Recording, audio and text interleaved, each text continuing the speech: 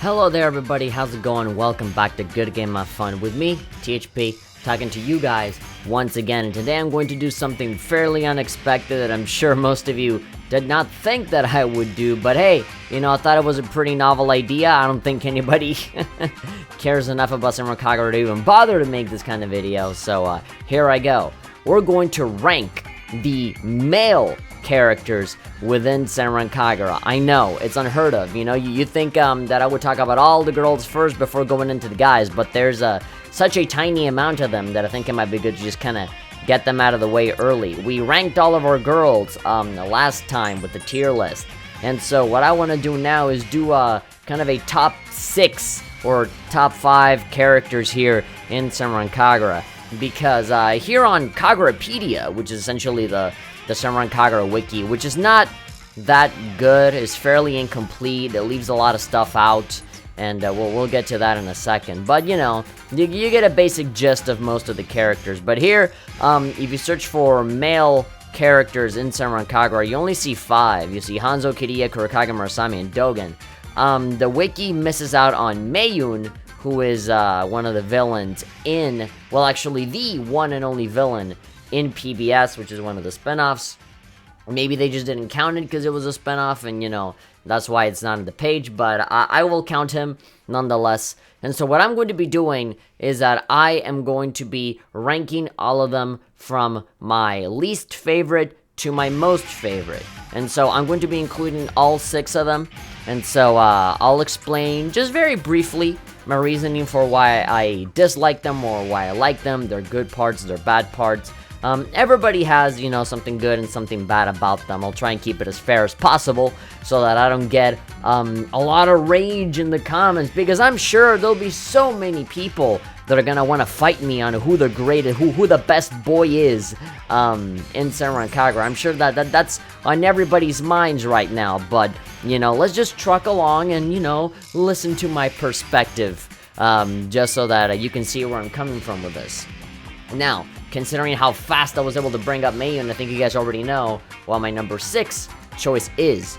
And that's, Mayun himself. So as I said, he is a villain from Senran Kagura PBS, the water gun shooting game. You guys play through the story mode, you guys know that there's somebody in the background deliberately trying to push all the girls' buttons so that, they can keep on doing PBS matches and using all the shinobi energy. Everything is very vague, all of the shinobi power, the shinobi energy that comes out of them fighting will power up this big force field that will actually protect Mayun and everybody inside the island, with the force field. It'll protect them from Shin. A lot of the story in PBS is definitely them hinting at the next game, Senran Kagura 7, where they talk about, Shin is getting close, he is coming, we have to prepare, and then this whole thing happens with PBS where essentially Mayun had tried fighting Shin in the past. He's like, no, I tried to defeat him, and I got beaten up really, really bad, and now he's essentially scared of him. He says, no, I don't want to go out there and fight him again, it's impossible to defeat him. So what I'm going to do instead is that I'm going to make this beautiful, perfect paradise for myself, and then use all of the girls and their energy to power up the shield so that when Shin comes to destroy everything, he's safe. Now granted, there's no guarantee that, he would ever be safe, but, nonetheless, that was his reasoning. At the beginning, he just seems like a bad guy that is deliberately trying to create conflict so that all of the girls can keep fighting and powering up the shield. But he eventually does make a turn and says, you know what, you've convinced me, all of you girls can go out there and fight Shin. And so whatever energy he had for the shield in the island, he's going to use it to evacuate everybody from Japan or in the city or whatever they're at. He's going to try and evacuate as many people as possible and bring them here over to the island, and then use a force field to protect everybody while all of the Senran Kagura girls are out there fighting Shin in what we expect to be the next game. Like the finale of this little saga, I guess. Is the Avengers Endgame of Senran Kagura. So yeah, that's why, number 6, he's the lowest on my list because he's just a fairly generic villain. You know, they kind of just had him in there because they needed to have a villain. I do like the interesting backstory of, you know, he has had experience with this big final boss before, and he was so scared of him that he, you know, he just wants to stay hidden in this one place. But that does come off as a little pathetic. You know, he's a shinobi, and usually shinobi are kind of portrayed as, like, you know, these people that they either death or victory, you know, one of the two, right? It's very extreme in that either you go at it all the way, you either die by running away and getting hunted down, or you die fighting for your mission, right? And so he just kind of went into hiding, and, you know, you don't even see his face. You don't see how he looks like, and he is incredibly easy to convince to kind of fall back on the good side of things. If this was an action game rather than a water gun spinoff, I would have liked it if, you know, we had seen how he looks like, seen a little bit more of his backstory, and of course, fight him at some point. It would have been great to fight him, but, you know, a guy who we don't even know, you know, his face or anything, it's really tough for me to have him higher up on the list, especially when it comes from a spinoff. We only see him once, and all of the other characters beyond this point, we see them way more often, and so there's more going for them. So that's my choice. Number 6, at the very, very bottom tier, I have Mayun.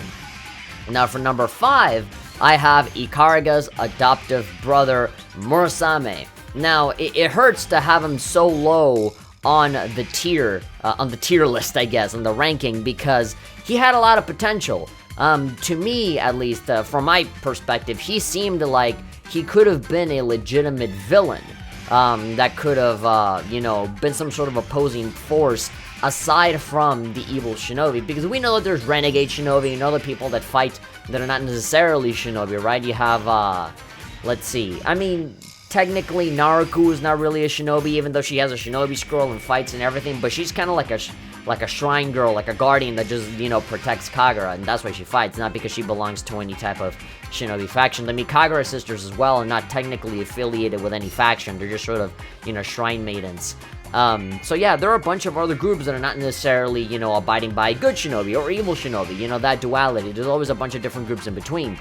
And so I was thinking that for the evil side, Murasame would be like this guy that just kind of goes off on his own, who really wants to be a shinobi, but never made it, but he's still very bitter about it, so he's out there just kind of antagonizing other people, particularly Ikaraga, because he essentially rolls with the whole thing of like, oh, you know, you stole my life, you know, and all of this inheritance that I was supposed to get from my super rich family, I lost it because of you, because you came along and you got adopted into the family. And so, of course, you know, most of it is Murasame's fault because he was so incompetent and was never really good at anything other than banking and business that, you know, the inheritance went on to Ikaraga to just kind of conserve the clout, you know, to be able to have somebody worthy of Hien, the sword, right? And so he wants that sword back. And so the stage has been set for a good villain here, or at least a villain that has a pretty good goal, right? You can see like a story arc of him like slowly getting stronger and learning the ropes or whatever. But instead of what happened is that they essentially turned him into a Team Rocket character, you know? He was intimidating the first time he shows up. And then after that failure, they essentially turned him into a clown. Like a complete, utter, idiotic, you know, bumbling idiot clown. He's a complete brain-dead moron. And so he's only there just to make people laugh, to be funny, to, and again, you know, his comedy bits are not the worst. They're very predictable, you know. You can see them from a mile away. As soon as you see that the game has decided to turn him into a comedy bit, you can already see what all the other, you know, you can see what he's gonna be, you know. And I honestly would have liked it if he was more of a serious threat, you know. If he maybe, like, allied himself with the evil shinobi, because evil accepts everyone. So he could have been like, well, screw you guys, I'm gonna go to Heavy Joe. And then he gets like the super secret ninja art scroll and he powers himself up, right? To like really defeat Ikaraga and get the sword back, right? And maybe he does defeat her and he gets the sword back, and now Ikaraga has to learn how to fight without her sword, you know, be on her own and then try to, like, you know, get it back. I feel like there's this big story that could have happened that didn't. Even though there are so many opportunities where Murasame could have been a more interesting character, but instead they turn him into like this Team Rocket type dumbass clown, where like super pathetic, you know, posing and yelling out, and just, he's a complete random guy. Like, you know, Takaki doesn't know what the hell to do with him. So, you know, they just made a bunch of really stupid comedy bits with him, and to me, he just seems like a tragic, wasted opportunity. I was very tempted to put him below Mayun, but the only thing that saves him is the fact that he is the only playable character that's male in the entire Senran Kagura series, and he's actually kind of fun to play, in Deep Crimson. And, seeing how all of the comedy stuff kind of gets integrated there, him constantly falling over, the fact that he doesn't transform, he only has one ninja, he doesn't have a guardian, just seeing all of that, speaks volumes about his character just by playing him, not necessarily by, seeing the whole narration of his story. But, he could have been something great, but his whole thing, he got completely squandered. Maybe in Senran Kagura 7 we'll see him actually be a cool villain, but I sincerely doubt it. In fact, I am pretty sure 100% that we are not going to see Murasame at all. Maybe he'll have a little cameo appearance like how he did in PBS where he's just texting Ikaruga. And on top of that, based on the anime and based on Shinobi Versus and what we've seen in the story, it seems like Murasame has kind of given up on antagonizing Ikaruga. It seems like the two of them are on much better terms now. And honestly, I love Ikaruga, but I wish that he would have really pushed it to be like, no! This belongs to me, you're going down, you don't belong in this family, you're adopted, right? And, considering how he sees everybody as lesser, I feel like, again, as I said at the beginning, the stage was set for an amazing villain, and they ruined it. So, I have no choice but to have him here on number 5. Number 4, speaking of villains, is Dogon. Dogon, the only reason for why, I don't put him even lower is that, the guy just kind of a beast, It's really weird. This guy has gone through many different designs. In the anime, he just seems like a Giovanni type of character, he has like the combed back hair, black hair, with the suit, very like businessman looking, very serious, had like a scar or whatever. In the anime, he looks way different to how he looks right here in Deep Crimson. And in most of the other games like Shinobi Versus and Burst, he appears many different times throughout, the series.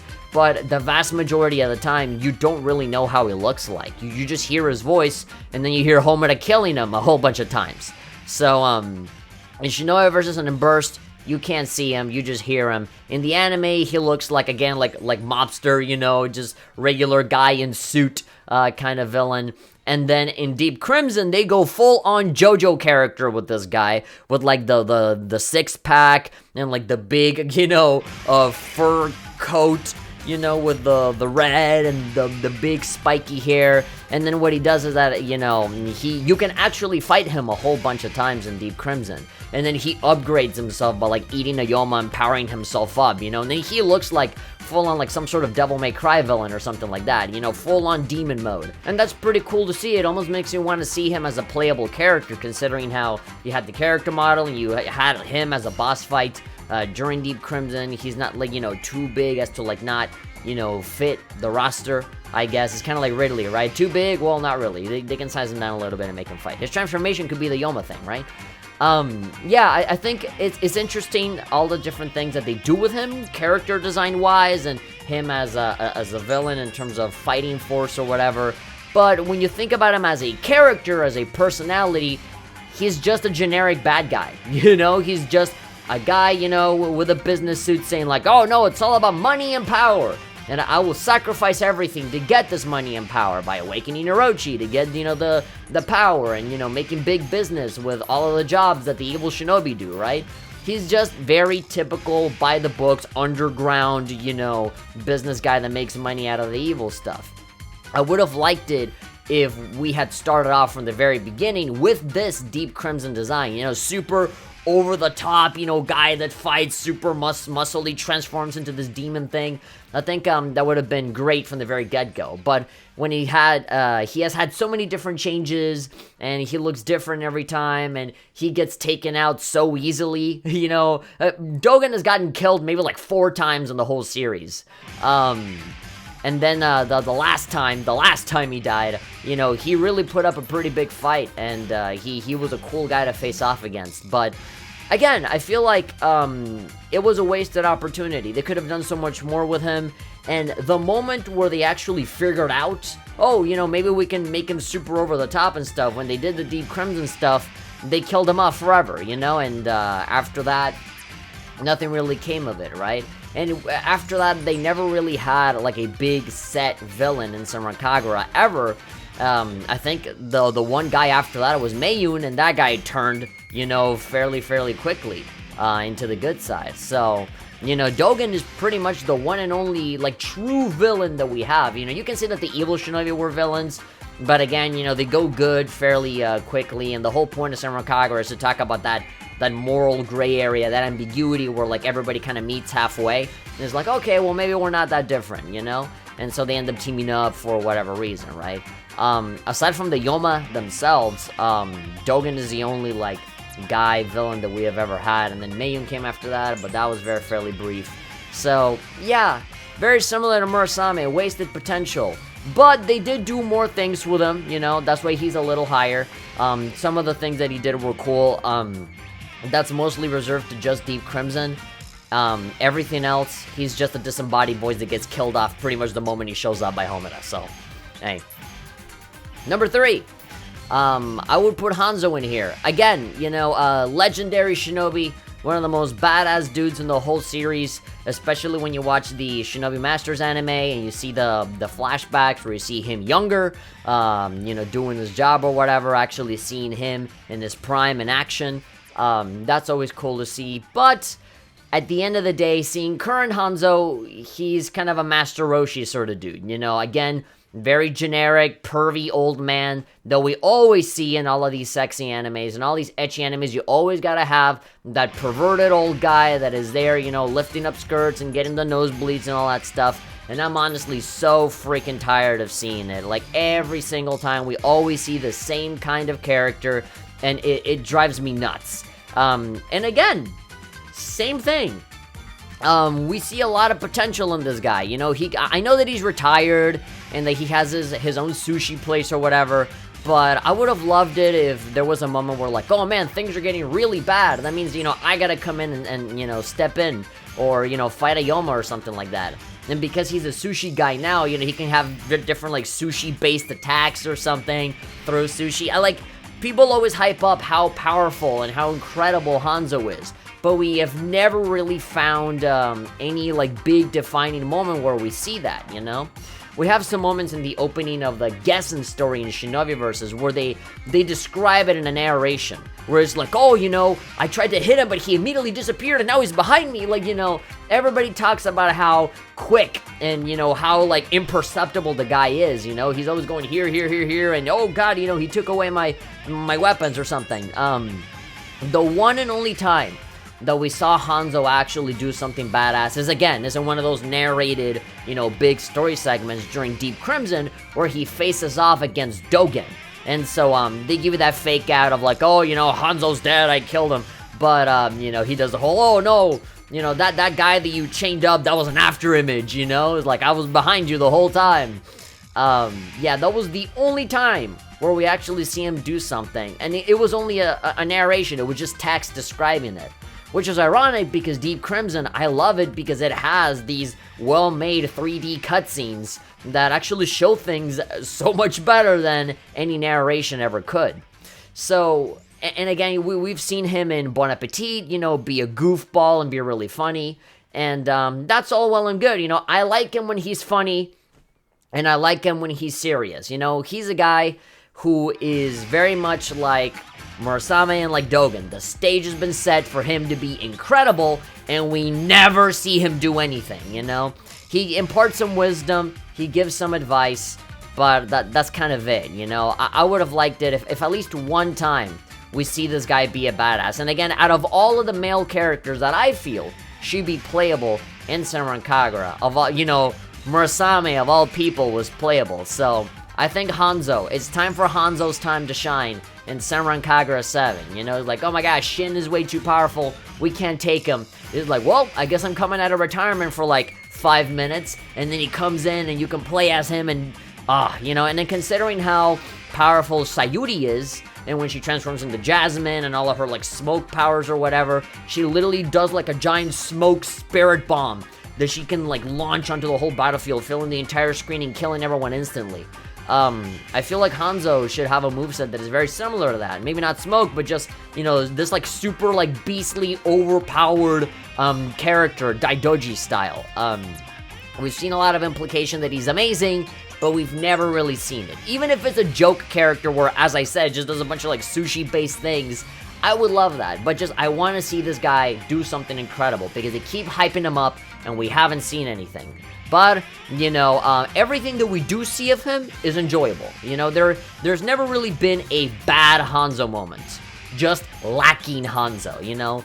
Hanzo's biggest problem is that we haven't seen enough of him, you know? We want to see more Hanzo, for sure. Now, speaking of characters that I want to see more of who are badass and who are amazing, is Kiriya. Best teacher Kiriya. I would almost say that I like Kiriya a little bit more than Rin when it comes to teacher status. Kiriya's awesome. I mean, I like him a lot. I'm digging the white hair. I like his, you know, suave look, his black suit. I like seeing his backstory in the Burst Renewal secret documents, where it's kind of implied that, you know, he was very much a rule follower, and he did some pretty dark stuff in the past, and he kind of wanted to sort of tone it down a bit, and became a teacher, you know? And so back in the flashbacks with Rin, it's like, oh, you know, Kiriya-sensei, why aren't you a regular, you know, you're such a powerful shinobi, you have such a big status, you know, you're a big shot in the shinobi world, why don't you go out there doing missions? And then Kiriya essentially says, well, when you're a teacher, you come in, you do your job, and you go home. You know, when you go out there and be a normal shinobi with missions, you have the risk of getting killed, and these missions are super dangerous. Here, I just stay in my classroom, and I'm safe, you know? So Kiriya's smart, you know? He has the badass skills, but he doesn't go out of his way to be in danger, right? And you can tell, this guy has, like, no scars in his face at all, you know, as opposed to Hanzo, where you can see, like, a scar here, a scar there, you know, his arms look a little, you know, busted up. You can tell that this guy's been through the ringer. Kiriya, you know, he can kick someone's ass if he wants, but he doesn't do it, because he's better than that. I love his design. Very simple, really, really cool. His voice, man, his very authoritative, very calm and cool, almost like a Jotaro Kujo from JoJo kind of voice, you know? And, again, for characters that I would love to see playable, look, if incompetent ass, you know, awful Murasame could be a playable character, Dogon's gotta be playable, man. And have his transformation be the Yoma transformation, right? Have Hanzo be playable, for God's sakes. Kiriya, dude, out of all of the characters that I want to see be playable, Kiriya has to be at the very least. If it's a DLC character that costs $20, I will pay those $20. I don't care. I want to see Kiriya be playable. Very, very badly. Yeah, I just, when seeing his backstory and looking at how he lost Rin because he helped her cheat through one of the tests, and then seeing her, you know, get attacked by a Yoma and fail the mission, and essentially fake her death and be a different person so that she wouldn't get hunted down or whatever. She turned to the evil side as, you know, Suzune, and having Kiriya having to confront that in the anime, and him sort of reuniting, you know, on PBS. You know, having them, you know, be comedy biz with Mr. K, you know, when Kiriya is not doing the shinobi job, he's being like a microphone, you know, game show host as Mr. K, so he has his funny moments as well. Yeah, he can be a goofball, just as much as anyone else, and so, even when he's really calm, I like when he, you know, kind of plays the straight man to the Hanzo girls and all of their silliness. So I think he's a really good character. Out of all of these characters, the only thing that is left for him, you know, he has the backstory, he has acted upon, you know, the kind of character that he is. He wanted to protect the Hanzo girls from, you know, fighting against the Heibijo girls. He's like, you know what, I'm gonna get all these weapons and go fight. And the Hanzo girls are like, nah, no, you stay here. It's like, alright, you know, he cares very deeply for his students, including Rin, and seeing all of his goofy bits in Bon Appetit and PBS and even in Burst Renewal, seeing, you know, his mindset, seeing all the different, you know, narrations where we look into his mind and his perspective, all the tough love that he gives to his students, but knowing that he cares so much about them, that I think he is great. You know, his voice is great, his design is great, except for in Burst Renewal. In Burst Renewal, they kind of ruined his face. But everywhere else, he looks great. You know, Mr. K is awesome. even though he could be a little annoying sometimes, but I'll take it. I can live with it. But yeah, all that's left, the only thing that's left for me to really like have him be like god tier, top tier, number one best boy in Senran Kagura is to see this boy fight. I want to see him fight. The most like, you know, strenuous, aggressive thing that I've seen this guy do is like catch kunai with his hands. You know, I think in the anime when he meets up with Rin, I think he gets like a bunch of, a bunch of stuff thrown at him, and he's just like, he like catches it. I forget. I'm just going off by memory. But he really hasn't done a whole lot. He has like his big, old school, traditional smoke appearances. Yeah. You know, he has the story, he has the personality, he has, you know, the big tragic backstory. Like, he has everything. He has comedy bits. We just need to see him fight. And the best way for, you know, him to really come out on his own is to, you know, Senran Kagura 7 or any other future game to have this guy be playable. I know that Senran Kagura is about the fan service and the girls, but some of these male characters are too good or have, you know, a really good setup for them to really come out on their own. So, yeah. Now, to end it all off, there's one guy that I haven't talked about yet. My number one, and most favorite Senran Kagura character, the best boy to Senran Kagura. You know, I love Kiriya to death from the good side, right? But I haven't necessarily talked about the opposing force to that. I think there's one guy that we haven't talked about that goes without saying. One of the people that I kind of didn't really feel anything towards in the past, but now I've grown to really love him, and that's Kudo Kaigay. So, Kudo Kaigay is Hanzo's best friend from the past. He is a good shinobi, although you could be fooled into thinking that he's a evil shinobi because he has this very like rigid, stubborn, super extremist take on justice. Very similar to a lot of people nowadays that like to, you know, cancel and vilify people over Twitter. He thinks about like absolute justice. If you're evil, if you make one little mistake, if you do anything that is considered bad or evil or just not good, then he will axe you. He will clap you. You are dead. You know, he does not leave any space for forgiveness here. And so he eventually ended up clashing with Hanzo because Hanzo's like, no, this is not the way to do it, you know? You can't really enforce good in this way. You're no better than the evil shinobi that are just as cutthroat as you are, right? And Kudo Kaigay is like, you know what? No, screw it. None of you guys understand me. I'm fed up with this world. Everybody betraying me. And so he goes off on his own as a renegade shinobi to impart his own justice by essentially going on this genocidal murder time spree. And, that ends up biting him in the ass really, really hard because all of the shinobi that got killed, they all have family, they all have friends and comrades, something that he didn't think about, and so they all wanted revenge on him. And so basically all of the family that he, you know, had, you know, Kudo Kaigay, they all essentially got killed, with the exception of Yumi, the granddaughter. And so after seeing basically his whole family get murdered because of what he did, he's like, you know what? I'm done. I'm done doing this, I'm out. And so he took his granddaughter Yumi and said, you know what, come with me, you have no family, I'm your family, I'll take care of you. And so from there, he took care of Yumi, and from there he started taking care of Fubuki as well, the half Yoma, half human person. And then after that, Fubuki left, and then he started bringing in all of the other girls from Gessen that we know, right? Shiki, Murakumo, Yozaku, and Minori. And he started raising them and taking care of them as kind of like their foster grandfather. And of course, that ended up softening up his heart, you know? Think about like the Grinch or Despicable Me, right? Like the big evil guy suddenly has to take care of a bunch of girls, and now his heart softens, and he starts to make this very slow turn, this very slow baby face turn of like, you know what? All of that stuff that I did, that's not cool.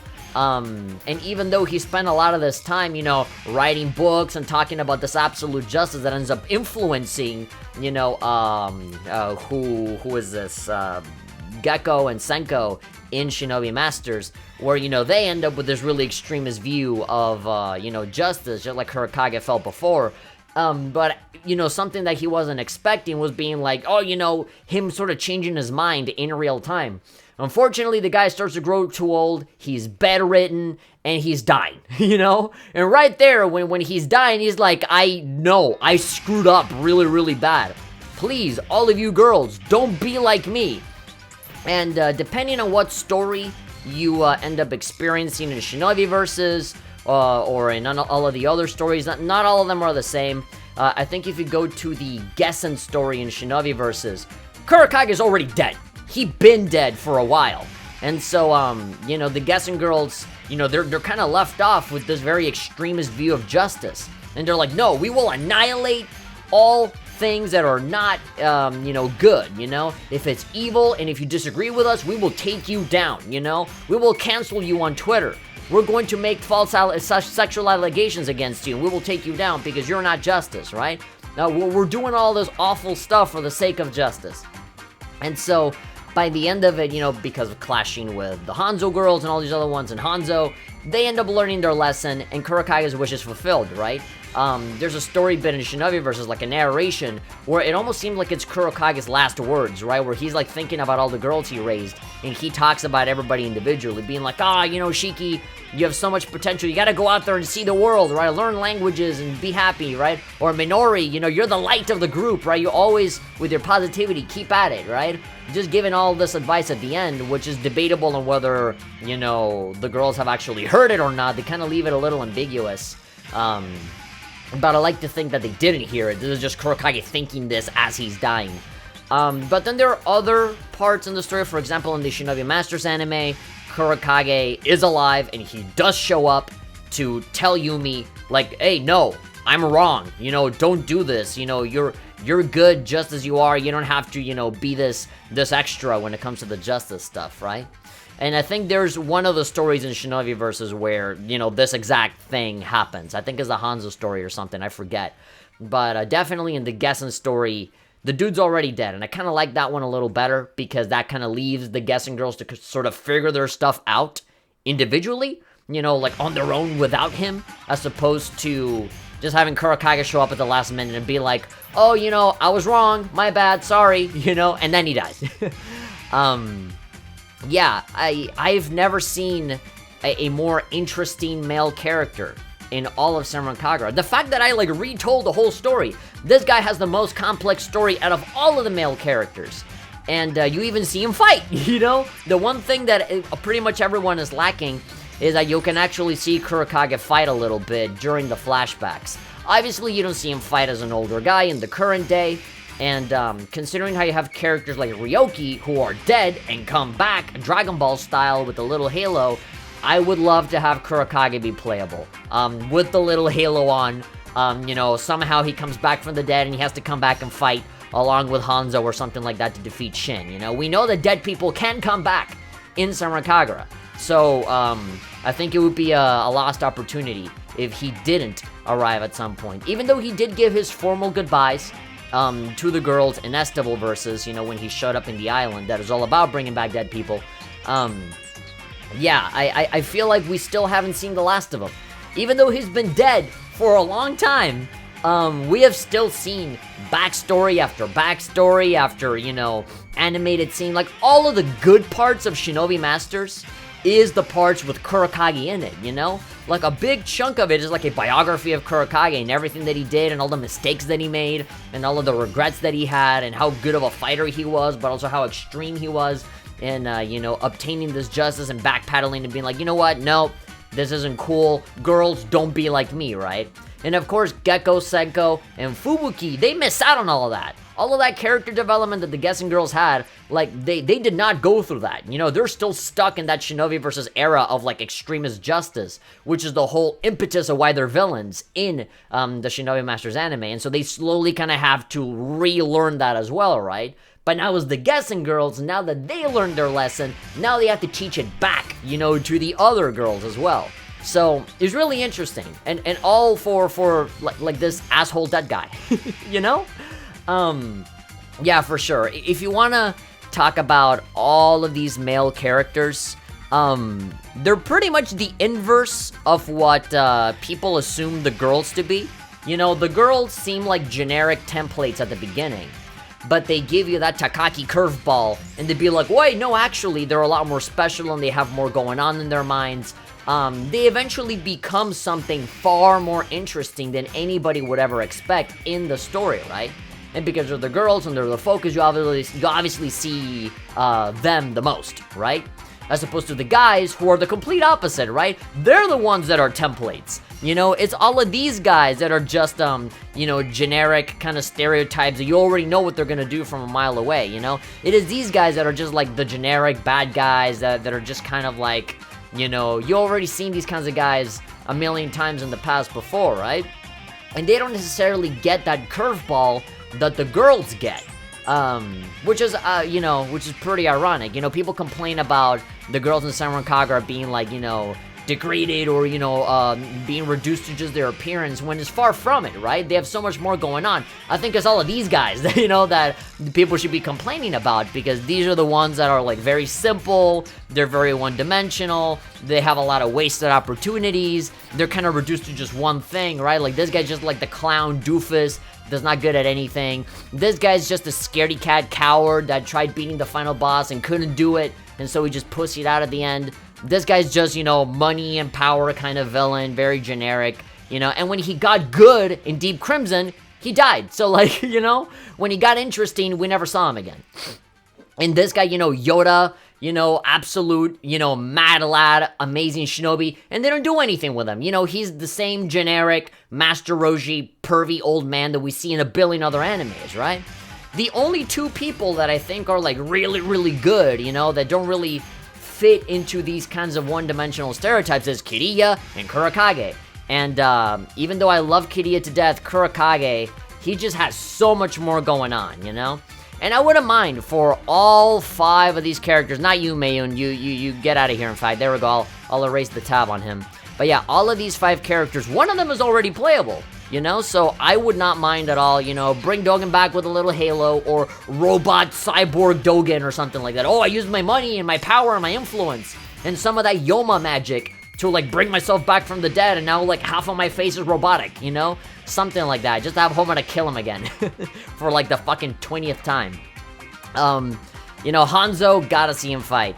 Kiriya, we gotta see him fight.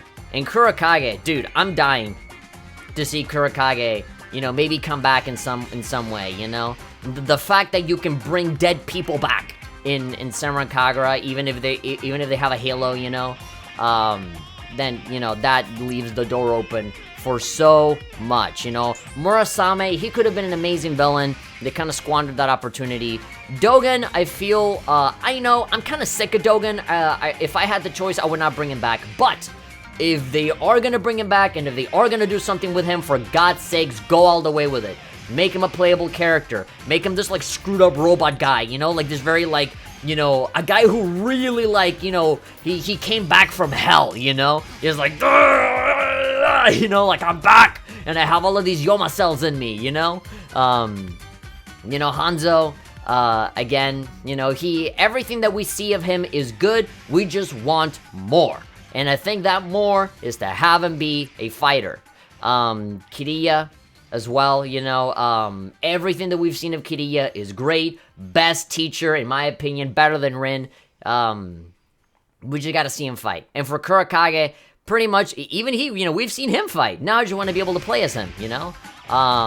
Everything about these characters have a lot of potential and are really, really awesome. But, you know, because of the nature of Senran Kagura and how it's obviously, you know, mostly focused on the girls, they don't really have their big time to shine. They all have their, you know, their moments, but I just want to see more. And I know that the dudes are not really the focus of Senran Kagura, but if Senran Kagura 7 is going to take a slightly darker, more serious approach, they kind of implied that PBS would be like the last kind of like vacation, you know? The last little summer break that the girls would have before like really getting into some stuff.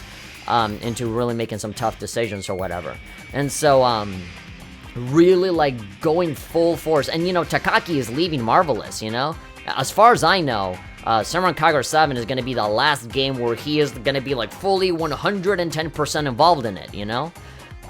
He'll probably be the producer of future games by name, but, you know, I don't feel like he might be as involved as he usually is. So maybe this is Takaki's swan song, right? So he really has to go at it with everything that he's got, you know, surpass Deep Crimson, surpass that 3DS game that is so perfect in what it wanted to do, you know? Have this essentially be, you know, Deep Crimson 2.0, you know, just surpass everything that you did in Deep Crimson. Don't take away stuff. Don't nickel and dime me with microtransactions, you know, just take everything that you have learned from every single game, bring it all together, and then add more to it. We're already seeing a really good sign here with the completely, like, redone, revamped character models. That's a really good start.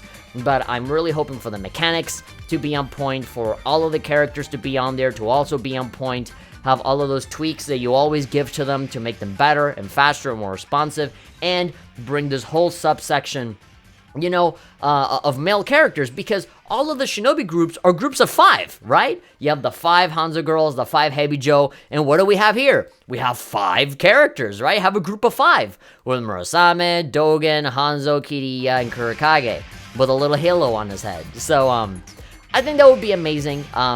Thank you very much for listening to me just ramble on about my favorite male characters, and basically talking about all of them, because there really aren't that many. I mean, you have other people, like Suzuki, that baseball guy that had a crush on Asuka, but screw that guy, I don't care about him. We had Komichi, the dude that betrayed Homura in her backstory, who almost got killed by Homura because, you know, of the betrayal.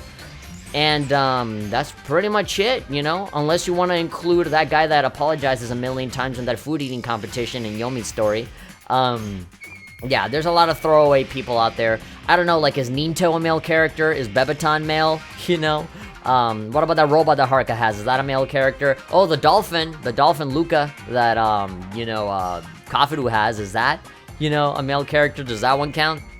But anyway, before I leave, before I wrap up, I want to say happy birthday to Best Teacher Kiriya.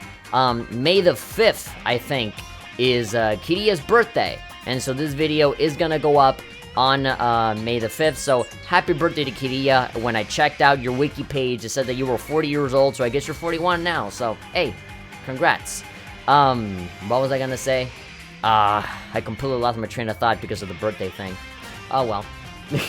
Oh, man. This has been me all day. I've just been forgetting stuff all the time. Okay, well, I guess I'm not remembering. Oh, yeah. This is what I was gonna say. So, in Japan, because of the time zones, it is already May the 5th over there. So in Japan, it is already Kiriya's birthday.